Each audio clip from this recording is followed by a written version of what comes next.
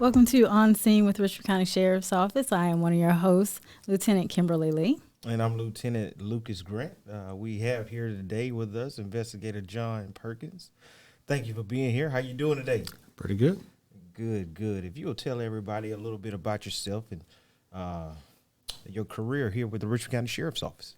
All right. Well, Investigator John Perkins. I've been with the Sheriff's Office just over 10 years. I've been in CID as an investigator for right at 7.5 years. Mm-hmm. I'm also a member of our bomb squad, and I'm on our peer team. Okay. So, peer support? yes, peer support. Okay. All right. So you are one of our financial crimes investigators. Yes, sir. All right. So tell us a little bit about your day-to-day job duties. Well, typically, we'll come in the morning, review all of the cases that have been filed and approved from the day before, and review each one for solvability factors, ones that we have enough information to follow up on. Once we figure out those ones, then they get assigned to people.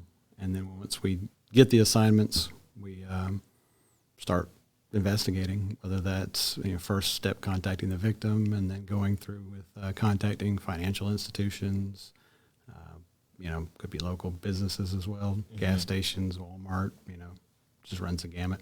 Yeah, because like with the cases that you do work, these aren't like hot calls as someone in violent crimes or property crimes will receive. These are crimes that have happened over a period of time. The case report is then done, is then sent upstairs to where everybody, like you're talking about, it, reviews it, and then it's assigned, correct? Yes, sir. Okay. So when you do get an assigned case, let's just say it's dealing with card fraud. Take us through the steps of how you go about trying to learn as much as you can to investigate a case of that nature. Well, with the financial transaction card fraud stuff, a lot of it stems from the information being stolen, whether it's online or through, the person's wallet or purse being stolen.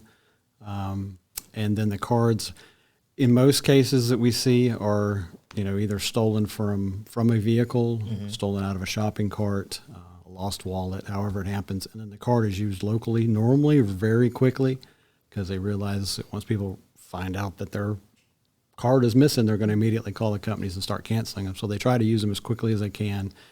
And so since they're used locally, hopefully if we find out about it in time, we can get video surveillance from those businesses to help track down who this person is. But the more information that the victim can give us up front, where the cards were used, what time, things like that, helps us track those leads down a whole lot faster, because video surveillance for most businesses only lasts a finite amount of time. If we don't request it, if we don't go looking for it in time, it goes away.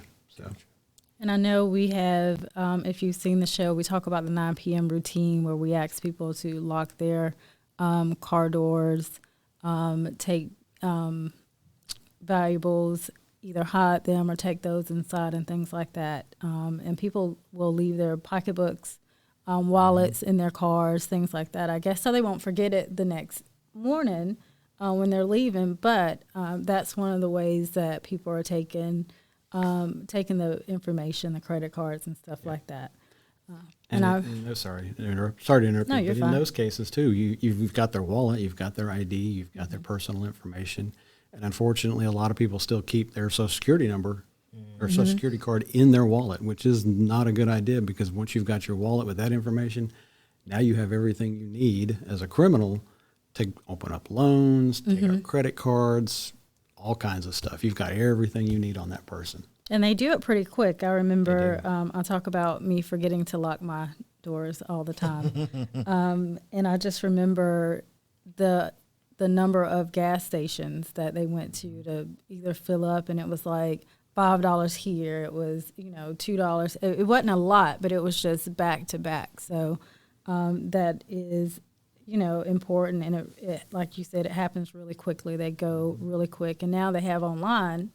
So they'll go online and make a lot of transactions really quickly before the company even, shuts the card down for suspicious suspicious activity. And the one thing that you can do too with banks or with a lot of these financial transaction cards is actually set up where they will text you every time that card is used. So every purchase that's made.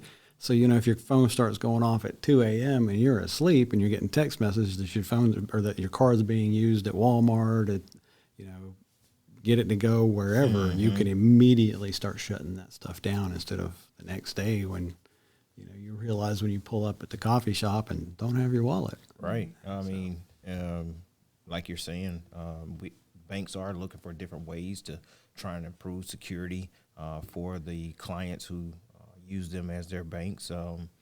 Not only that, the text that you're talking about, if you don't respond back, these banks now are closing that card out to where it can't be used by anyone. And even if you still are in possession of that card, you go to try and get coffee or something like that, the next day your card says declined. And you're like, hold up, I know I got a little money in here now. What's going on? I'm like, what happened? And well, that's just another scam that goes around a lot too, are the text messages that appear to come from a bank, appear to come from PayPal or Netflix. I get that one constantly. And please sign on to verify your information. Yes.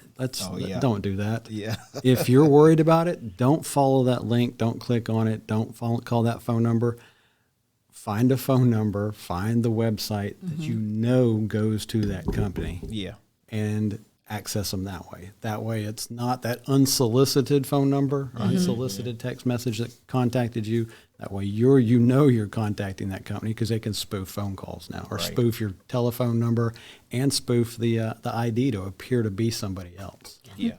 Just recently, I was out doing some casework and a call went out from a potential victim who recognized the scam pretty quickly and called the sheriff's office, called the phone number that she knew came here to the sheriff's office, and said, I had Investigator John Perkins call me and say, if I don't do this, that I missed a court date, that, I'm going to be arrested if I don't go ahead and pay this fine. So she was like, thankfully she was familiar with the subpoena system because she had just recently testified and knew that if she needed to show up, she knew the proper way to get the subpoena. She knew the proper contacts that to show up in court. So she called us. I happened to hear the call go out and thought it was kind of unusual because I didn't call anybody. And so I got there just minutes after the deputy got there, and she thankfully she recognized it pretty quickly. But I found that was interesting that they used my name. That's the first time I've come across that. So you're famous now. Yeah. That's what happened. So tell us about and explain what spoofing is for those who don't know what that is. The spoofing is when you look at your phone, your caller ID, and it says, typically you go to you get a phone call. It says, mom, dad, wifey, whatever it is, and because that's typically the information you put into your phone. But if it comes from a business that you don't have in your phone, or a contact you don't have in your phone, in most cases it'll show up. The person's name, the business's name, things like that. Business doesn't want to hide their name on from caller ID, and even then it will show up a phone number. These are all it's computer generated, and it's a lot of these phone numbers they're calling from are just computer generated, randomly generated phone numbers that the call comes from. But some of these programs now, they can go in and change the name that's appearing on there and even the phone number that it appears to come from. Now, if we go in and pull the phone records, it will come from the actual phone number that came from, which once we do all that research, it comes back to one of those computer-generated numbers that doesn't belong to anybody. Right. So that's one of the ways these scammers are getting away with a lot of these is, you look at the caller ID, it's a Richmond County Sheriff's Office. And, I recognize that as that's the 1000 number. That's the sheriff's office, even though that's not who's really calling you. Because, of course, we're never going to call you and ask you to pay a fine, pay a fee, whatever, to avoid jail time because you missed something, especially through a Green Dot card or some other card or Cash App or any of the other apps or, cryptocurrency. Right. We have defined ways that we accept money and don't accept it any other way. So. Right. Yeah, I've had that same exact thing happen where you're speaking about someone calling the lady but saying your name, and they called this office, spoke to the administrative assistant in here, and they was like, I received a call from Lucas Grant, and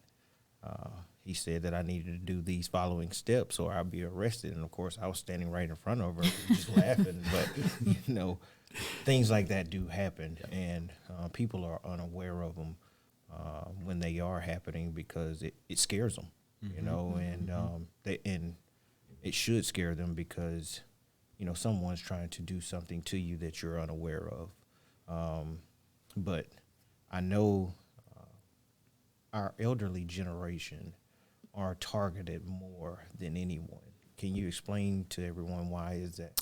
In a lot of cases that I've seen, especially here recently, it's elderly people who typically live alone. They may have close contact with family, but they typically live alone. So these people, they target them. They hit them like kind of with the sympathy card. To be the most, not the most recent, but a very recent one that I was working on. They contact these grandmothers in all these these 5 related cases so far.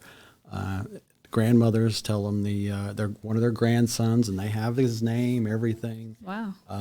They have enough background information that was probably obtained through social media, and typically a lot of these, at least these 5 grandmothers, don't. They have a Facebook account, but it's really not. They don't do anything. They have their photo up there, and they'll like stuff, but they don't post anything. But but their kids, their grandkids post a lot of stuff.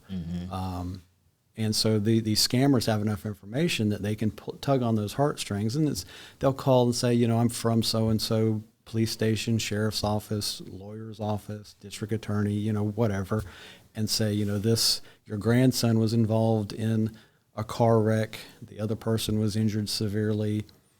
He needs money to pay this cash bond to get out, or they need money to pay this person's medical bills to avoid jail. And then once they get that first installment of cash, then they call them back and say, hey, look, it's worse than we thought. And they just keep feeding. And some of these, with, like I said, I think they're targeting the older people because they may have, dementia problems, things like that, but not to the point where they have, constant care, people living with them, but because typically those are the people that don't fall for it as easily because they've got a family member or somebody living with them that kind of say, hey, Grandma, what you doing? Yeah, right. Right. And so when they go to the store to, buy those magazines, to stuff cash in, to overnight it to some other address, they're another family member typically says, hey, that sounds kind of sketchy. Let's do some research on here. But right. And like you were saying, people of a older generation don't have some of the resources that we have or think the way that we do to go and try and get someone to look into it, or they look into it themselves. They, like you say, they're getting their strings pulled, and they're feeling guilty or sympathy, and they're wanting to get this person who's one of their loved ones that they think out of trouble. And when that happens, and we later, get those cases and then investigate them, it's hard to get those funds back. it is. And of course us, we feel real bad because we want them to get their money back. And not only that, we look at it as we wish that this never even happened to them, but there are so many people that prey on, our elderly generation with scams like this, and they fall into those traps, which leads me into, my next question for you, because I know you go to court a good portion of the time, and you have to testify in, different appearances. What's the maximum time you've seen someone given in regards to a case like this? Unfortunately, it's not much time. Our prison system being overloaded the way it is, the violent offenders tend to get longer sentences than anyone else, of course. And then, I won't say it's a sliding scale, but it slides pretty quickly down the financial crimes ladder. That the Most time I've seen given is in confinement is 5 years, maybe followed by another 5 years probation. I think the longest sentence I've gotten so far is 15 years, but it was all on probation. Wow. So yeah, they unfortunately, these crimes can devastate people, especially the older people that are. This is a retirement. They've saved their entire lives.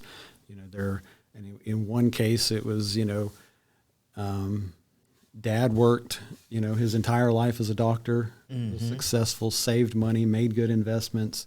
Mom was set up for life. She didn't have anything to worry about, and a very close family member came in and wiped everything out. Wow. In a matter of weeks, and he was one who got probation.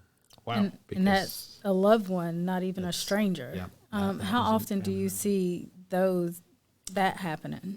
Unfortunately, that's pretty often too. A lot of those cases tends to be, an older family member again who's living on their own, and a lot of times they'll pass the financial burden of paying their bills, making sure make sure the house payment's made, the taxes are paid for, the car, cable bills, things like that. They'll pass it to a close friend. The family says, this is a lot of freaking work, but Mary has known Sandra her entire life. They've been friends. Well, she said she'll handle it. We'll just let her handle it. And then 4 years later, they realize mom's broke.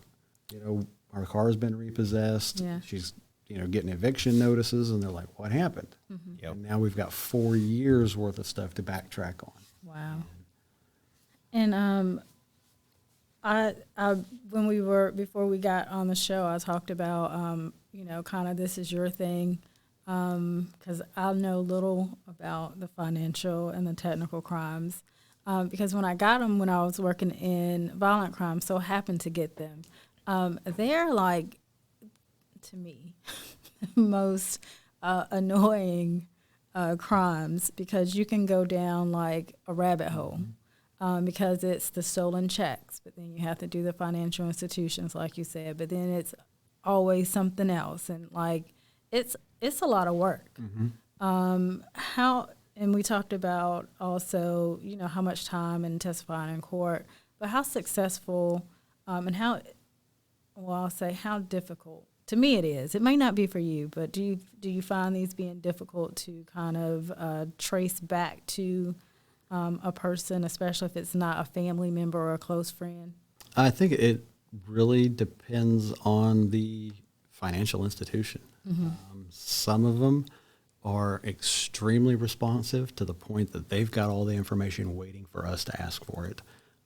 There's one fantastic bank locally that typically knows about it before the victim does. Okay. And in some cases, they've even filed a case report before the victim has a chance to do it.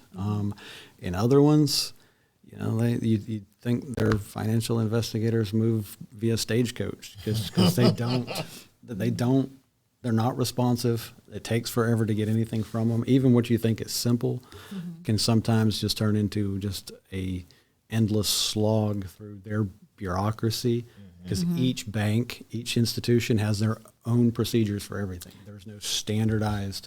Georgia, thankfully, has a simpler subpoena process for these, but even then, the bank can set up their own process on top of that, whether it's served, whether that subpoena is served online, in person, via some banks have a secure document delivery system where you have to set up, or I would have to go in and set up an account with them, and some of them that only accept in-person delivery.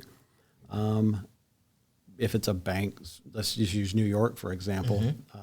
The bank in New York says we only accept it in person. Well, I'm not going to go to New York to file this, so a lot of them will say, as long as it comes from law enforcement, we don't care. So we'll contact a local agency there, and we've never had an issue, and we do it for other, financial or other jurisdictions too. Yes, thank you. And we'll send them all the information, and they go serve it for us. But there are some banks that require it to be served by the case investigator. So I'm not. they're just not, the sheriff's office isn't going to send me to New York hey, I'll go to Miami if you want me to, but it's, it's just not within our resources to do that. So, Right. So it's a lot of these cases, that's the big slowdown on them. And, I encourage people, if it does happen to you, just to be patient, because we're at the mercy of them. Georgia law just says they have to provide the information in a timely manner. Correct. What time I perceive as timely, what you perceive as timely, isn't necessarily what these huge, corporations deem as timely. So Yeah. So I know we've talked about card fraud and check fraud, but there's also another big one that we haven't discussed when it comes down to U.S. currency, where individuals make their own money. They also are trying to buy certain things, and in today's time, because everything evolves, they have these kind of pens where they mark across the money to see if it's going to light up change to a certain color. But some people may not even do it. They may just take the money, go on about their business. Then at the end of their shift, then guess what? Now they found these fake bills, that have been changed out for real bills. And then here comes, hey, well, did you set this up from, whether it's the manager or the supervisor who's questioning that employee? And of course the employee's like, well, I made the mistake of taking the money, but no, I didn't do any of these actions. How do we go about investigating those type of cases? Depends on, because we've got, with the currency, you've got counterfeit currency, which is actually making fake U.S. currency, where it's made to appear to be U.S. currency completely. But then we have the prop money, the movie money, the fake stuff you can buy from many online retailers. And a lot of that we get through, marketplace deals, Let Go, all these different places where you sell stuff, whether it be at a car or, as a car stereo, whatever. Yeah. And a lot of it we've been receiving is through, these contactless porch pickups, where they leave the item on the porch and you leave the money on the porch. There's never any interaction there. And these people will, go out, they'll pick up that money and count through it. And, well, it was supposed to be $600 and now it's $600. There's 6 bills that on the front look like American currency, and you flip them over and it says, for motion picture use only. Oh my goodness! Or a lot of stuff we've seen recently has the Russian script, Cyrillic script on the back. That's it's fake money. It's not counterfeit. It's just fake money. Fake money. Now it's theft, not counterfeiting. Right. With that, unless you have some type of doorbell that recorded in, chances are they used a fake Facebook account or whatever anyway. With businesses, depends on the business, whether they have surveillance to record who gave them the money.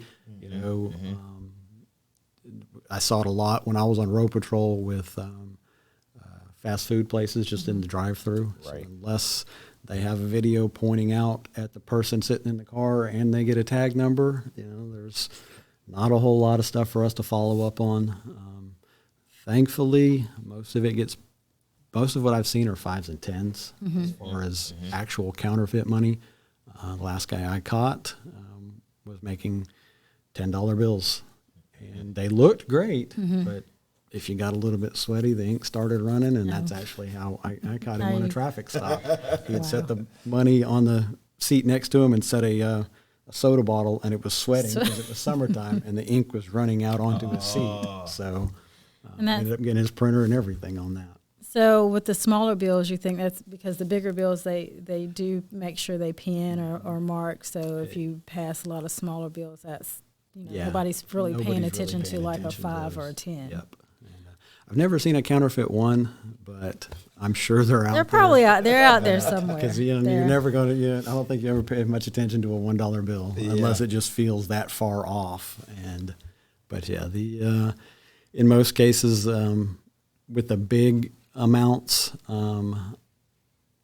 it's depends on how much information the victim has on them. Like I said, from those marketplace interactions, which are great. I buy stuff off marketplace, but the flip side of that too is to avoid being robbed or whatever too. If they won't meet you like here at the sheriff's office across the street, we have a designated parking spot for business online transactions. If they won't meet you here, there's probably something sketchy. I mean, most agencies have them now. Hepzibah has a place that's video recorded. Grovetown PD does. I'm sure Columbia County does.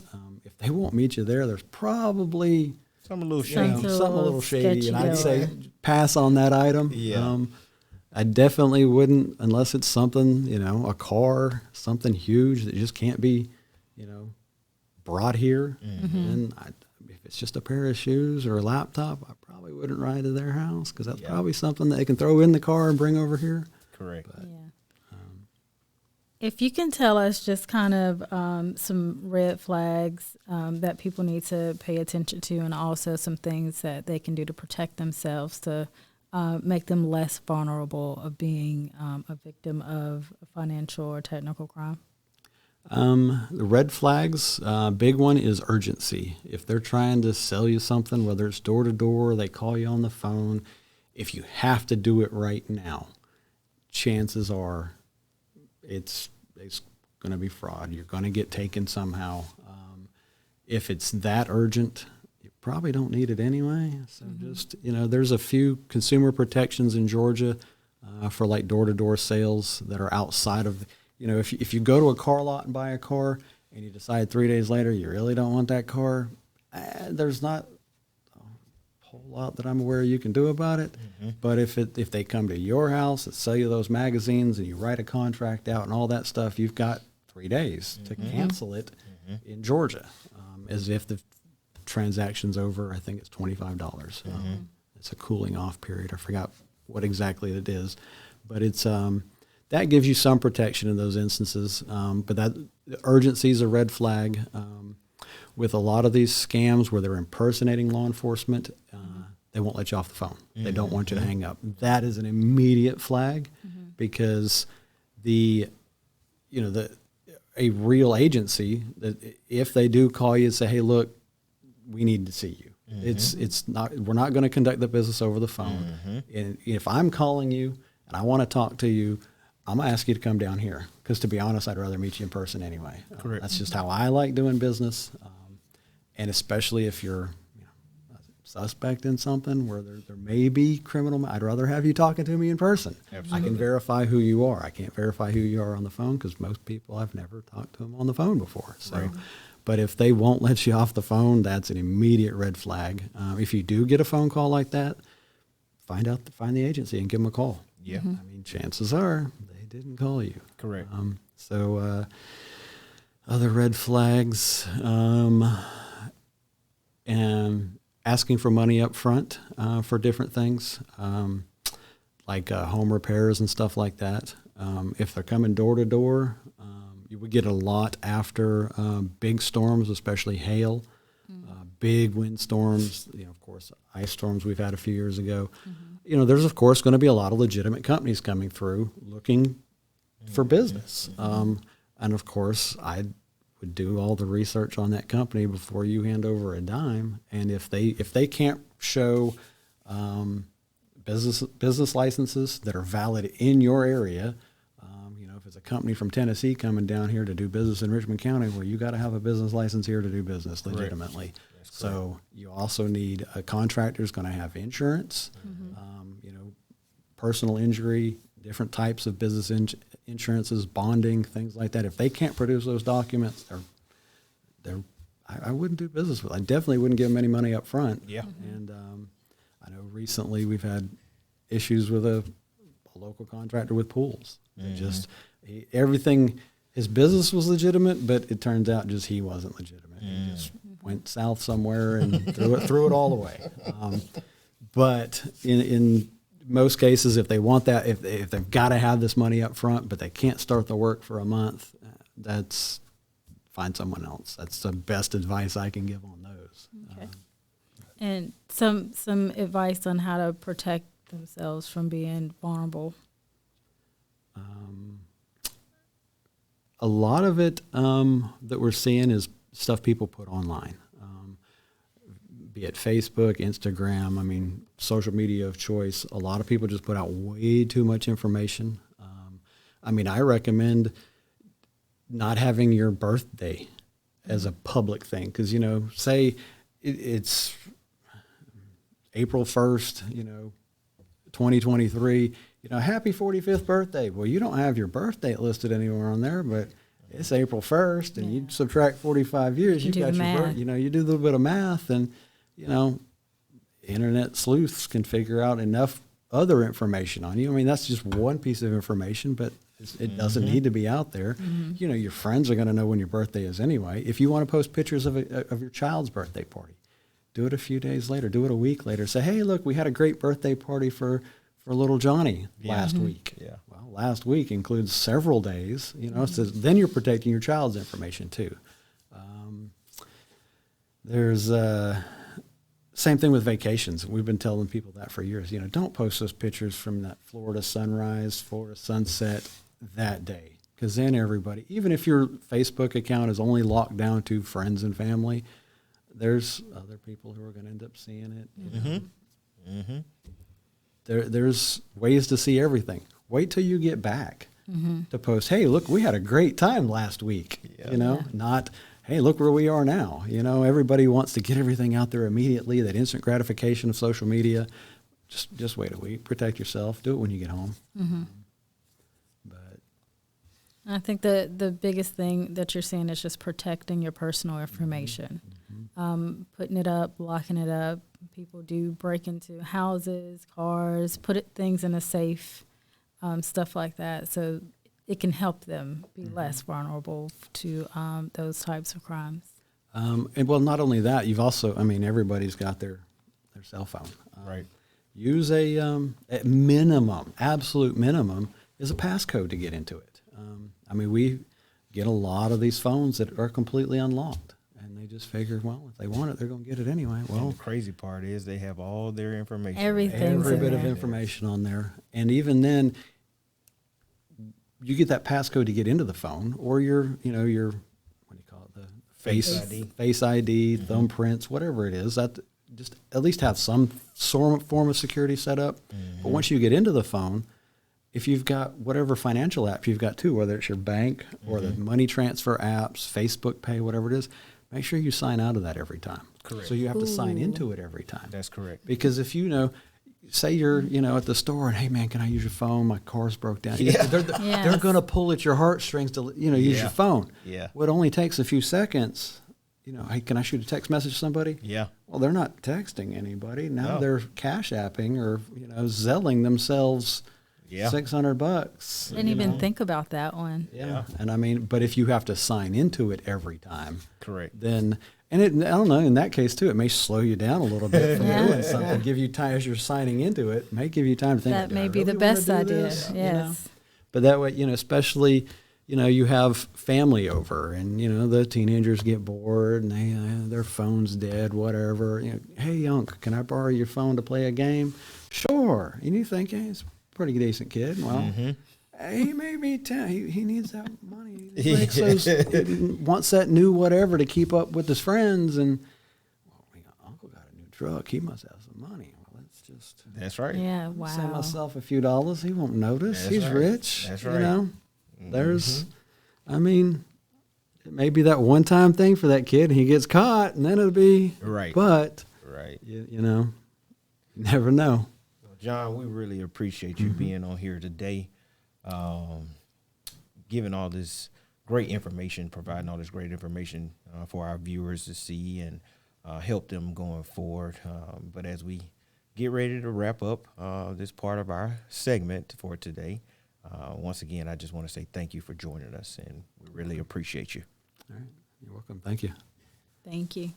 Well, we'd like to thank Investigator John Perkins for being a part of our show as our special guest and providing the information that he did for our viewers to see part of this show. But now it's time for us to move into the Zone Report. Yes. So, of course, when we start off the Zone Report, we would still like to and always remind you to, at 9 o'clock p.m., the 9 p.m. routine, where you will lock your car doors, take anything of value either out of the car or out of sight. Absolutely. And also any firearms that you may have in your vehicle, if you have a lock for those, lock those in the vehicle or take them out. Purses, like Investigator John Perkins talked about, those things will make you susceptible to being also not only just a crime of, Theft. Thank you, of theft, but also identity theft. So that's one of the things we want to try to avoid. So 9 p.m., we talked about the windows also, lock your windows, set your alarms. If you have a shed, I've been seeing this more often than not. Get a lock for your shed because we have expensive equipment usually inside of those, lawn equipment, things like that. If you have that or a gate, make sure you lock your gate and lock your shed because people are going into those because they're unsecured and they're taking those things out of there. So please be aware of that.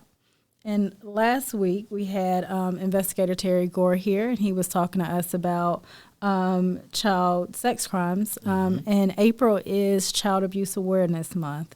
And one of the things that we talked about is if you suspect something, say something, report that. We don't need you to investigate those suspicions. You can report those to your local DFACS. And we gave you the number to that last week, and we'll also provide that number this week. Or law enforcement. Let us be that investigating agency for that. Absolutely. We also want to talk about our upcoming events that we have here. On April 22nd, we have our drug take back, and that has been posted on our social media websites. We've also put that out through our public information office to where everybody knows the locations for it. But on that same day, April 22nd, we have our Citizens Firearms safety training out at our training range. Of course, in the future, if you would like to sign up for a class, please contact the Community Services Division here at our Sheriff's Office so that we can get you signed up. It is a $20 fee. There is also a background check that is going to be conducted as well. But then we also have coming up on May 10th, Shred Day. That's going to be over at the old 401 Sheriff's Office in that parking lot, where you can bring any of your old documentations, current documentations that you want to get rid of, along with having the truck on site. You'll be able to see those items get shredded. But if you will, please remove any metal objects from any of the paperwork that you're bringing down to us to make that process a lot easier. Take them out of those folders also. Then another one that we briefly talked about before we started, there's an ongoing initiative with the hands-free. Absolutely, yeah. Tell us about that. So, of course, everybody knows that Georgia is a hands-free state when it comes down to driving. Want to make sure that everybody understand that this month right here is Distracted Driving Awareness Month. We want to make sure everyone who leaves whatever destination they're leaving from, going to their next destination, makes it there safely. So when you're in the car or when you're in the truck, please make sure you're focused on your surroundings and your path that you're traveling. Don't pick up that cell phone. Don't pick up the eyeliner and pull down the visor to do your lashes on the way to work, or don't be trying to change the radio station by leaning over. Don't do all those things, because we don't want you to be hurt on your travel to your destination. I was going to ask about that when you talk about distracted driving. Also, like eating in the car. I know sometimes things fall and you try to pick those things up, and while you're driving and stuff like that. So just pay attention to the road and your surroundings, so everyone can be safe. Absolutely. We still do have active BOLOs. Just to remind you that you can go on our social media sites to see all of our active BOLOs for missing persons, for suspects. But we want to continue to highlight two that we've been talking about for the past few shows. We have missing person Wilbur Lewis Hughes. The second, he was last seen on August 25th, 2020 on the 1700 block of S.E. McIntyre Boulevard. He has no known medical conditions, and his clothing at the time he disappeared was unknown. He may have been driving a black Cadillac. He was eventually reported missing 2 months later on 10/18/2020. So if you have any information concerning Hughes, please contact Investigator Ron Sylvester with the Richmond County Sheriff's Office or any on-call investigator with the Sheriff's Office. And we also want to talk about Daryl Eugene Walker, who's wanted for murder. This murder happened on the 1400 block of Ridgewood Drive on 7/20/2018. He is listed as armed and dangerous. This case is very near and dear to me because, of course, I was the lead investigator on this case. And we still haven't been able to locate Mr. Walker at this time. He's very comfortable with living in homeless shelters or just places that someone may not just look in passing. But if there's any contact made with Mr. Walker, please contact the local sheriff's office or police departments so that we can, remove Mr. Walker from our community if he is located here or any other community. This was a homicide that also was on In Pursuit with John Walsh. And like I say, it's very near and dear to me because no matter how someone lives, and this is how I always see it, nobody's life should be taken in this manner. So once again, if contact is made, please contact the sheriff's office or any local police department so that we can get Mr. Walker into custody. And his warrants are active, so if he is able to be located and police does have make contact with him, he will be arrested because those warrants are active. Yes, they are. Yes, they are. But moving on to our recruiting, something that is very important to continue to work for to build a strong team. If you are wanting to join our team, you're able to come down to the sheriff's office, meet with Lieutenant Chastain, who's one of our recruiters. He will go over the things that the steps that you need to move forward in that process. You can also go to our website to where you can find the information there as well. But if you are unable to reach Lieutenant Chastain or you are having some issues with locating it on our website, please come down. Someone here at the sheriff's office will be willing to help you so that we can help you move forward. And remember, you can also be a certified police officer. Absolutely. So we're looking for people who already have experience. Absolutely. But we will still hire people that don't have experience. You will get the training and everything that you need to work at the sheriff's office. So if there's something, I started a little later in life, so it doesn't matter the age. So if you want to, and it's something that you've been thinking about, just apply or just call and ask those questions. And we'll be able to, or someone will be able to assist you with that. Absolutely. And we also are CALEA certified, and we want to hear from you. You can go and leave a comment on the portal to where we can see what ways we can improve things, no matter if it's you wanting to send in a recognition about an officer who's done a fantastic job. But we want to hear from you, and we'll make sure that you have this information during this show so that you can see how to log into the portal and be able to leave your questions, comments, or concerns. Yes, so please utilize that. And usually someone, we've got all of those, but someone from my office, the Internal Affairs Division, may contact you. So please leave your telephone number. There's a place for you to leave your telephone number and also email address.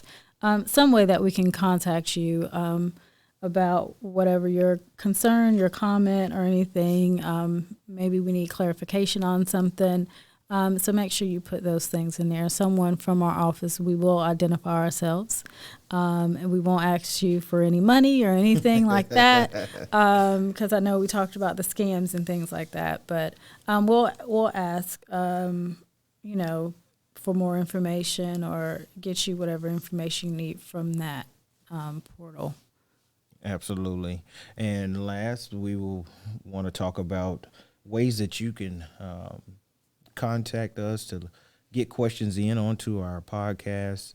You can go to any one of our social media sites, go and leave your question or your comment there, or you can contact the Community Services Division by emailing us at communityservicesdivision@augustaga.gov and putting your questions or comments there. And then, of course, on our next show, we will make sure we get that in and answer it to the best of our ability. Yes. But, of course, this is bringing us to the end of our show for today. We want to thank each and every one of you for watching the show and joining us. But until next time.